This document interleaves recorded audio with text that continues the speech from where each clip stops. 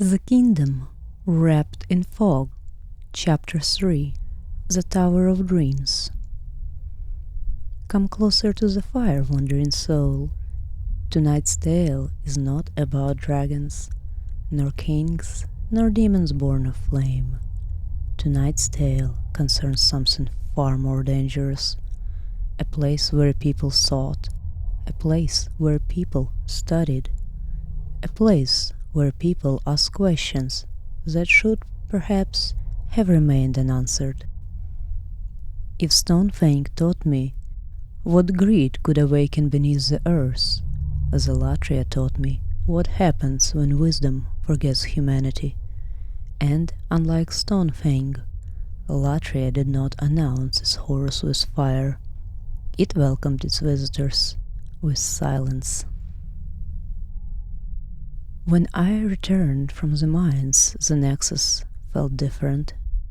Perhaps it was the cool air, perhaps it was the absence of exploding insects, or perhaps it was because after fighting a demon made entirely of fire and putting to rest a god under the mountain, my standards for normal had changed dramatically. The maiden in black greeted me as she always did. The monumental remained silent. The candles flickered. The archstones waited. 3 paths remained. One spoke of storms, one spoke of suffering, and one seemed almost harmless. Its stone surface was pale, its glow soft, quiet, subtle. The sort of place a fool might mistake for safety. That was where I went, hoping for fool's luck. The nexus vanished, and I awoke in darkness. Not dramatic darkness, not mysterious darkness, the ordinary sort, the unpleasant sort, the kind that makes you immediately wish you brought a better lantern. Stone walls surrounded me, iron bars stood before me, a narrow bed rested in one corner. I sat up slowly, looked around, then looked around again. Because surely I had made some mistake. Surely I had not traveled across worlds only to arrive inside a prison cell. Yet there I sat, a prisoner, again. Beyond the bars stretched a corridor lit by pale candles. Rows of cells lined both sides. Some stood empty, others were occupied. A few prisoners slept, a few whispered, a few stared through the bars with eyes that no longer seemed to see reality. And somewhere in the distance a bell rang, soft, gentle, almost welcoming. I would come to hate the sound. As I wandered deeper in the prison, another sound joined the bell. Singing, a woman's voice, faint, beautiful, melancholic, the sort of song one hears in dreams and forgets immediately upon waking. At first I thought it was close, then far away, then above me, then below. Soon I realized I could not tell where it came from at all, only that it was always there, threading its way through the prison like a ghost, only on occasion interrupted either by distant thunder from above or desperate cry for help from somewhere deep within. The corridors twisted endlessly. Doors opened onto stairways. Stairways opened onto balconies. Balconies overlooked cells identical to the ones I had already passed. Several times I became convinced I was walking in circles. Twice I was correct. Once I was not. The difference was difficult to determine. I have crossed battlefields, navigated mines, escaped dragons, Yet few enemies have ever defeated me as thoroughly as the architecture of the prison of hope. Then I heard the bell again, closer this time. I froze. Something moved at the far end of the corridor, tall, thin, wrapped in cloth. A lantern swung gently from one hand. The bell was held in the other. It walked slowly, calmly, without hurry. That frightened me more than anything so far that rushed at me with rage. Rage is predictable. A creature that feels no urgency is much harder to understand. I attempted stealth. This failed. The creature turned, and suddenly the world exploded into pain. A flash of green light struck me. My thoughts scattered. My body refused to obey. The corridor tilted.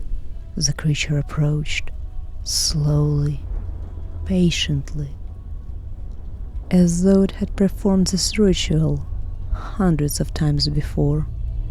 If I wasn't paralyzed by spell, I would have been paralyzed by fear of what I was looking at anyway. Swollen head and tentacles wrapped in claws. Tentacles everywhere. Then it struck. I died shortly afterward. A lesson was learned. The bell meant danger. When I returned, I became considerably more respectful of bells. Whenever one rang, I hid. Whenever possible, I avoided those creatures entirely. And when avoidance proved impossible, I attacked quickly, very quickly, with fire. The strategy was surprisingly effective. The prison held many strange inhabitants. One old man laughed whenever I approached. Another spent hours arguing with the wall. A third one insisted he was a king. Given recent experiences, this was entirely possible. And always the singing continued.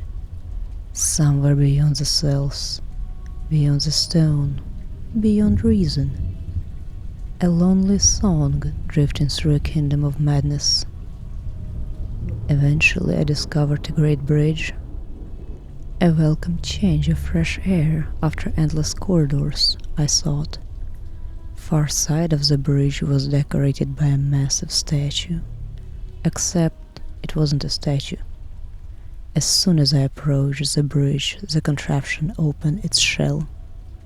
I was faced with several rows of massive crossbows that would shoot in volley one after another, with no stop as soon as anything stepped foot on the path.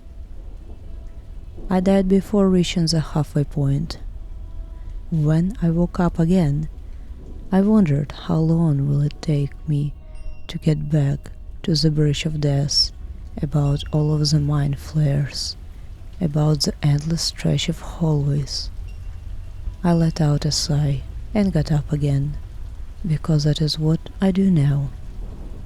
Explore, die, complain, return, try again. This time I searched carefully and eventually discovered a hidden path winding behind the trap. A narrow route, easy to miss, difficult to reach, but there it was, waiting, the mechanism controlling the statue. One pull, one satisfying click, and silence. I may have celebrated slightly. Not every victory in this cursed land required slaying demons. Sometimes turning off an annoying machine was enough. The deeper I climbed, the stronger Latria became. The prison gave way to towers. The towers gave way to bridges.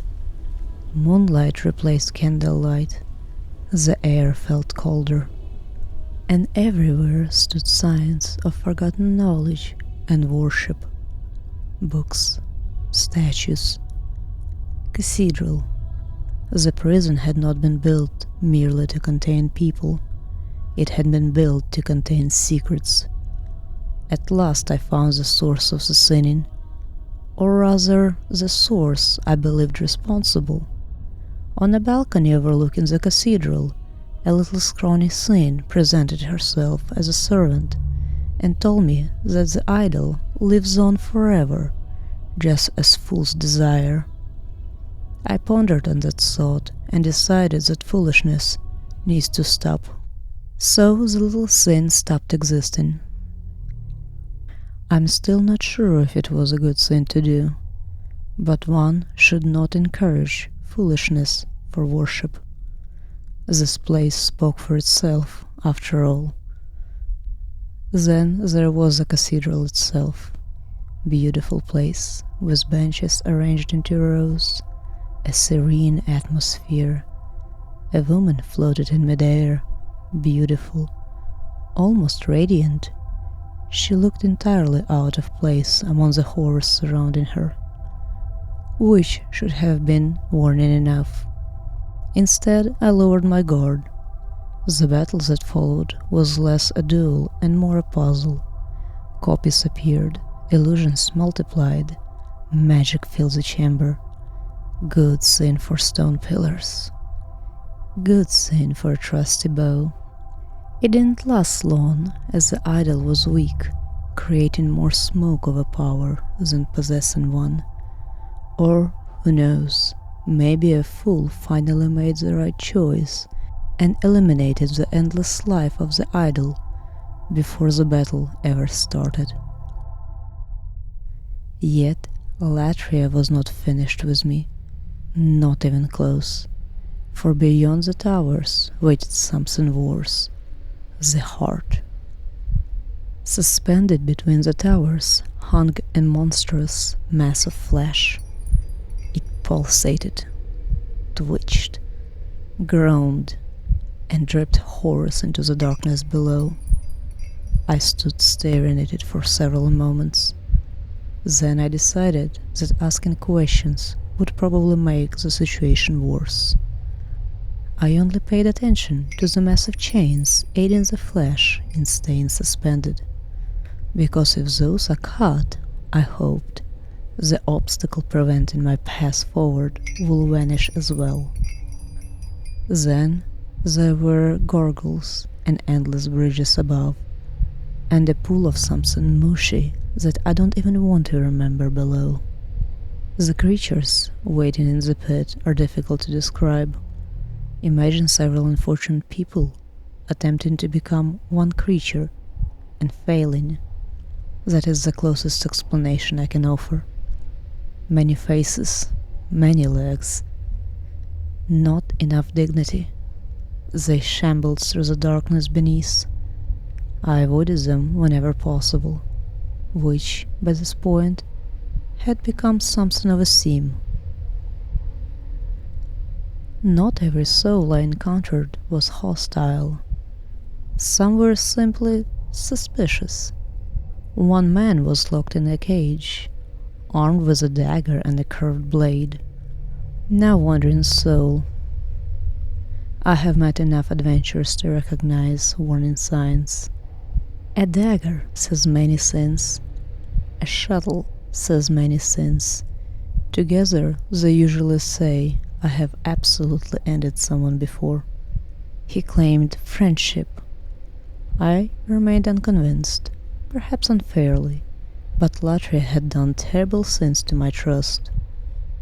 Many wanderings and horrors happened after that, but the heart eventually fell. The tower trembled, the beating sound stopped, and for the first time a path opened upward, toward whatever nightmare lived above. Narrow, winding staircase remained, stone suspended over endless darkness, and there the mana-eaters waited. Two beasts, part lion, part snake, part nightmare, the sort of creature a child might invent after having a nightmare. The battle took a very long time. Not because the creatures were very powerful, not because they had clever battle strategies, but because they possessed an extraordinary talent for making every inch of available footing feel unsafe. Again and again we traded blows. Again and again I nearly fell. Several times the creatures nearly did. I hoped for it at least. The fight felt less like combat and more like a game of tag held above abyss. Eventually, stubbornness prevailed, as it always does. At the highest point of Latria sat the old monk, or rather what remained of him. I expected a great sorcerer, a master of forbidden knowledge, a ruler of secrets. Instead, I found a corpse, a dead man dressed in authority. Knowledge had consumed him long ago. Only a puppet remained, and yet even puppets can be dangerous. The stairway leading to him proved more troublesome than the monk himself. Phantoms appeared as the bell creatures returned. The narrow path allowed little room for mistakes. Mistakes occurred anyway. Eventually, however, I reached the summit, and once inside, the battle became surprisingly simple. The dead monk possessed wisdom, but no ability to resist anymore. The phantom that he summoned did resist, but in face of previous battles was simply a guardian of a corpse. When at last I returned to the Nexus, I carried another demon soul, another victory, another lesson. The candles flickered, and for a long moment I watched the remaining archstones. Stonefang had taught me the danger of greed. Latria taught me something else. Knowledge is a wonderful thing. Questions are wonderful things. But some people spend so long looking for what they can do that they forget to ask if they should.